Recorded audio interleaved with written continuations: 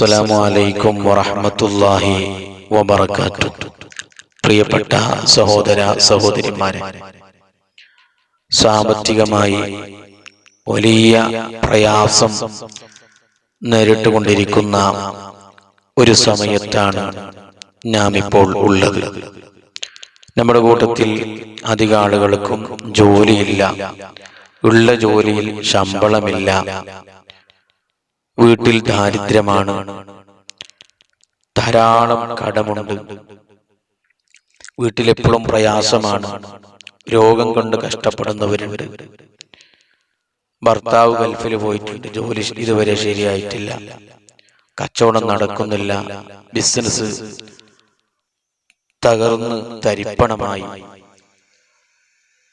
ലക്ഷക്കണക്കിന് കോടിക്കണക്കിന് കടമുണ്ട്. ഇങ്ങനെ ഓരോ ദിവസവും കമന്റ് തുറന്നു നോക്കിയാൽ നമ്മുടെ കൂട്ടത്തിലുള്ള, നമ്മുടെ ഈ ചാനലിലൂടെ ക്ലാസ്സുകൾ ശ്രമിച്ചുകൊണ്ടിരിക്കുന്ന ഓരോ സഹോദര സഹോദരിമാരും കമന്റിലൂടെ അവരുടെ വിഷമം നിരന്തരമായി നമ്മെ അറിയിച്ചുകൊണ്ടിരിക്കുന്നു. എല്ലാ മെസ്സേജുകൾക്കും നമുക്ക് ഉടനെ മറുപടി കൊടുക്കാൻ സാധിക്കുന്നില്ല. ഏതായാലും പ്രിയപ്പെട്ടവരെ, നമ്മുടെ ജീവിതത്തിൽ പതിവാക്കാൻ പറ്റിയ സാമ്പത്തികമായ എല്ലാ പ്രശ്നങ്ങളും മാറിക്കിട്ടാൻ, ജീവിതത്തിൽ ഐശ്വര്യം ലഭിക്കാൻ നാം പതിവാക്കേണ്ട ഒന്നാണ് അസ്മാഉൽ ഹുസ്ന. അസ്മാഉൽ ഹുസ്ന മുഴുവനും നാം മനഃപ്പാഠമാക്കണം, കാണാതെ പഠിക്കണം. അത് കഴിയാത്തവർക്ക് അതിലെ ഓരോ ഇസ്മുകളുടെ നേട്ടങ്ങളും മഹത്വങ്ങളും ഗുണങ്ങളും മഹാന്മാരായ മഹത്തുക്കള്, ഉലമാക്കള്, ആരിഫീങ്ങള്, ഔലിയാക്കന്മാര് അവരുടെ ഗ്രന്ഥങ്ങളിൽ ഫളായിലു അസ്മാഉൽ ഹുസ്ന എന്ന അസ്മാഉൽ ഹുസ്നയുടെ പ്രത്യേകതകളും ഗുണങ്ങളും ഫലങ്ങളും പറഞ്ഞ കിതാബുകളിൽ അസ്മാഉൽ ഹുസ്നയുടെ ഓരോ ഇസ്മുകൾ എടുത്തു പറഞ്ഞ് ഇന്ന ഇസ്മ ഇന്ന കാര്യത്തിന് ചൊല്ലണം, ഇന്ന ഇസ്മ ഇന്ന കാര്യത്തിന് ചൊല്ലിയാൽ പെട്ടെന്ന് ഫലം ലഭിക്കും. സാമ്പത്തികമായി പ്രയാസം അനുഭവിക്കുന്നവര്, സാമ്പത്തികമായ എല്ലാ പ്രശ്നങ്ങളും മാറിക്കിട്ടാൻ, ഐശ്വര്യം ലഭിക്കാൻ ചൊല്ലാൻ പറ്റിയ ഏറ്റവും നല്ല ഇസ്മ ഏതാണ് എന്ന് മഹാന്മാര് പറഞ്ഞ കൂട്ടത്തില് നമ്മെ പഠിപ്പിച്ച ഒരു ഇസ്മാണ് അള്ളാഹുവിന്റെ 99 ഇസ്മുകളുടെ കൂട്ടത്തിൽ അസ്മാഉൽ ഹുസ്നയിൽപ്പെട്ട ഏറ്റവും മഹത്തായ ഒരു ഇസ്മാണ് വഹാബ്. വഹാബായ അള്ളാഹു.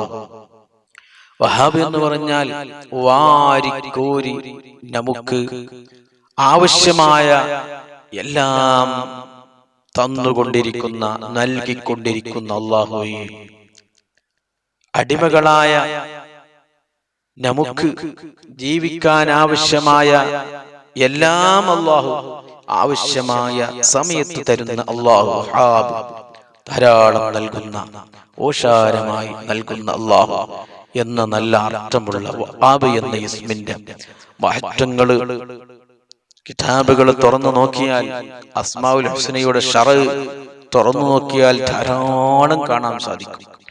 അത് എല്ലാം ഇവിടെ നമുക്ക് പറയാൻ സാധ്യമല്ല.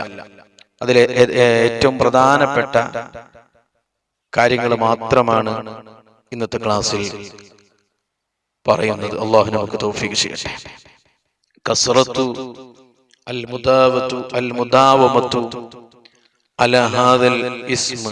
മഹാന്മാരെ നമ്മെ പഠിപ്പിക്കുന്ന കസ്റത്തുൽ മുദാവമതു, ഒരാള് ധാരാളം പതിവാക്കിയാൽ, പതിവാക്കൽ അധികരിപ്പിച്ചാൽ, അലാ ഹാദൽ ഇസ്മ, ഈ പരിശുദ്ധ ഇസ്മ വഹാബ് എന്നുള്ള ഇസ്മ, തൂജിബു സഅത റിസ്ഖ്, അല്ലാഹു റിസ്ഖ് വിശാലമാക്കി കൊടുക്കും. മിൻ ഹൈസു ലാ യഹ്തസിബ്, അവൻ വിചാരിക്കാത്ത ഭാഗത്തിലൂടെ അവന്റെ റിസ്ഖ് അല്ലാഹു എളുപ്പമാക്കി കൊടുക്കും. നമുക്ക് ആവശ്യമായ പണം, സമ്പത്ത്, വീട്, വാഹനം, എന്തൊക്കെ ആവശ്യമുണ്ടോ അതൊക്കെയും നാം വിചാരിക്കാത്ത ഭാഗത്തിലൂടെ നമുക്ക് റിസ്ഖ് അല്ലാഹു എളുപ്പമാക്കി തരും. വഹാബ് എന്നുള്ള ഇസ്മു ധാരാളം ചൊല്ലിയാൽ. അതുപോലെ തന്നെ വഇദാ ദക്കറതുഹു മിഅത മറ, ഒരാൾ 100 വട്ടം പതിവാക്കിയാൽ വതലബത് ഹാജതുക, അവന്റെ ആവശ്യം എന്നിട്ട് അള്ളാഹുവിനോട് പറഞ്ഞാൽ, പടച്ചവനെ വഹാബ് എന്നുള്ള ഇസ്മ നിന്റെ പരിശുദ്ധ നാമം ഞാൻ 100 വട്ടം ചൊല്ലി. എനിക്കിന്ന് ആവശ്യമുണ്ട്, ഇന്ന ഉദ്ദേശമുണ്ട്, ഇന്ന ആഗ്രഹമുണ്ട്, ഇന്ന മുറാദുണ്ട്, അത് നീ എനിക്ക് പെട്ടെന്ന് പൂർത്തിയാക്കി തരണം, നടത്തി തരണം എന്ന് അള്ളാഹുവിനോട് പറഞ്ഞാൽ അള്ളാഹുവിന്റെ ഇതിന് കൊണ്ട് ആ കാര്യം അള്ളാഹു എളുപ്പമാക്കി തരും. മറ്റൊരു രൂപം മഹാന്മാരെ നമ്മെ പഠിപ്പിക്കുന്നു. വഹാബ് എന്നുള്ള പരിശുദ്ധ നാമം, പരിശുദ്ധ ദിക്ർ, പരിശുദ്ധ ഇസ്മ ആരെങ്കിലും പതിവാക്കിയാൽ 14 വട്ടം 14 വട്ടം ബഅദ സ്വലാത്തിൽ ഇശാ നിസ്കാരം കഴിഞ്ഞതിന് ശേഷം, ഇശാ നിസ്കാരം കഴിഞ്ഞ് അതേ സ്ഥലത്തിരുന്ന് എല്ലാ ദിവസവും 14 വട്ടം വഹാബ് എന്നുള്ള ഇസ്മ പതിവാക്കിയാൽ അല്ലാഹു ഗിന നൽകും, ഐശ്വര്യം നൽകും. ജനങ്ങളെ കൂട്ടത്തിൽ വലിയ ഐശ്വര്യമുള്ളവനാക്കും അവനെ. അല്ലാഹു നമുക്ക് തൗഫീഖ് ചെയ്യട്ടെ.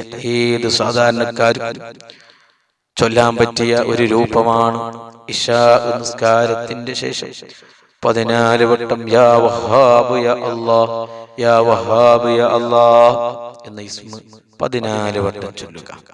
എന്നിട്ട് മനസ്സിൽ അവന്റെ ഉദ്ദേശം പറയുക, പടച്ചവനെ, ഞാൻ സാമ്പത്തികമായി വലിയ പ്രയാസത്തിലാണ് ഇപ്പോൾ ഉള്ളത്, എനിക്ക് ആവശ്യമായ സമ്പത്ത് നീ തരണം. നിന്റെ ഖജനാവിൽ നിന്ന് ഒരിക്കലും കാലിയാകാത്ത, ഒറ്റിപ്പോകാത്ത നിന്റെ ഖജനാവിൽ നിന്ന് എനിക്കാവശ്യമായ സമ്പത്ത്, പണം എനിക്ക് നീ നൽകണം എന്ന ഉദ്ദേശത്തോടുകൂടെ നീ പറയുക, പടച്ചവനെ, എനിക്ക് നീ സമ്പത്ത് തന്നാൽ അത് ജനങ്ങൾക്ക് ഉപകാരപ്പെടണം, കുടുംബക്കാർക്ക് ഉപകാരപ്പെടണം, നാട്ടിൽ ഉപകാരപ്പെടണം, ദീനീ സ്ഥാപനങ്ങളിലേക്ക്, അല്ലാഹുവിന്റെ പള്ളികളിലേക്കും ദീനീ സ്ഥാപനങ്ങളിലേക്കും ഉപകാരപ്പെടണം. അതെനിക്ക് കൊടുക്കാൻ കഴിയണം, കൊടുക്കാനുള്ളൊരു തൗഫീഖ് ഉണ്ടാകണം. കുറേ സമ്പത്ത്, പണം കിട്ടി നമുക്ക് അള്ളാഹു തന്നു, ലഭിച്ചു, അത് ഒരു നല്ല കാര്യത്തിന് നമുക്ക് ചെലവഴിക്കാൻ നമുക്ക് സാധിച്ചില്ലെങ്കിൽ അതുകൊണ്ടൊരു ഉപകാരവുമില്ല. അള്ളാഹു തന്ന സമ്പത്തിൽ നിന്ന് അള്ളാഹു ഇഷ്ടപ്പെട്ട, അള്ളാഹു പൊരുത്തപ്പെട്ട ഭാഗത്തിലൂടെ ചെലവഴിക്കാൻ സാധിക്കണം. അതാണ് മഹാന്മാര് ദുആ ചെയ്തത്. ഞങ്ങൾക്ക് സമ്പത്ത് ആവശ്യമുണ്ട് പടച്ചവനെ, നിന്റെ മാർഗത്തിൽ ചെലവഴിക്കാൻ, നിന്റെ പള്ളികളിലേക്ക് കൊടുക്കാൻ, ദീനീ സ്ഥാപനങ്ങളിലേക്ക് കൊടുക്കാൻ, പാവപ്പെട്ടവരെ സഹായിക്കാൻ, കുടുംബക്കാരെ സഹായിക്കാൻ, കാരുണ്യ പ്രവർത്തനം ചെയ്യുവാൻ, സാന്ത്വന പ്രവർത്തനം ചെയ്യുവാൻ. ചില ആളുകൾക്ക് സമ്പത്ത് കയ്യിലേക്ക് വരുമ്പോൾ, പണം കയ്യിലേക്ക് വരുമ്പോൾ എല്ലാം മറന്നുപോകുന്നു, അള്ളാഹുവിനെ മറന്നുപോകുന്നു, ഇത് തന്ന അള്ളാഹുവിനെ മറന്നുപോകുന്നു. ഖാറൂന്റെ അവസ്ഥ ഇതായിരുന്നു. പരിശുദ്ധ ഖുർആൻ പറഞ്ഞില്ലേ, ആദ്യം പറ്റേ പാവപ്പെട്ട മനുഷ്യനായിരുന്നു, അള്ളാഹുവിനെ പേടിയുള്ള മനുഷ്യനായിരുന്നു. സമ്പത്ത് വാരിക്കോരി അള്ളാഹ് കൊടുത്തപ്പോൾ അള്ളാഹുവിനെ മറന്നു കളഞ്ഞു. അള്ളാഹു ദുനിയാവിൽ തന്നെ ശിക്ഷ കൊടുത്തു. ഫഖസഫ്നാ ബിഹി വബിദാരിഹി അൽ-അർദ്. പരിശുദ്ധ ഖുർആൻ പറഞ്ഞിട്ടുണ്ട്, അവനെയും അവന്റെ മുഴുവൻ സമ്പത്തിനെയും അവന്റെ കോട്ടകളെയും സർവ്വത്തിനെയും അള്ളാഹു ഭൂമി ഒഴുങ്ങിക്കളഞ്ഞു. ഫഖസഫ്നാ. അതുകൊണ്ട് എന്റെ പ്രിയപ്പെട്ടവരെ, സമ്പത്ത് അള്ളാഹുവിന്റെ വഴിയിൽ, അള്ളാഹുവിന്റെ മാർഗത്തിൽ ചെലവഴിക്കാൻ സാധിക്കണം. അള്ളാഹു നമുക്ക് തൗഫീഖ് ചെയ്യട്ടെ. ആവശ്യമായ സമ്പത്ത് അള്ളാഹു നമുക്ക് നൽകട്ടെ. നമുക്ക് തന്ന സമ്പത്തിൽ നിന്ന് അള്ളാഹു ഇഷ്ടപ്പെട്ട മാർഗത്തിലൂടെ ചെലവഴിക്കാനുള്ള വലിയ തൗഫീഖ് അള്ളാഹു നമുക്ക് നൽകട്ടെ. ആമീൻ ബിറഹ്മതിക യാ അർഹമർ റഹീം. അസ്സലാമു അലൈക്കും.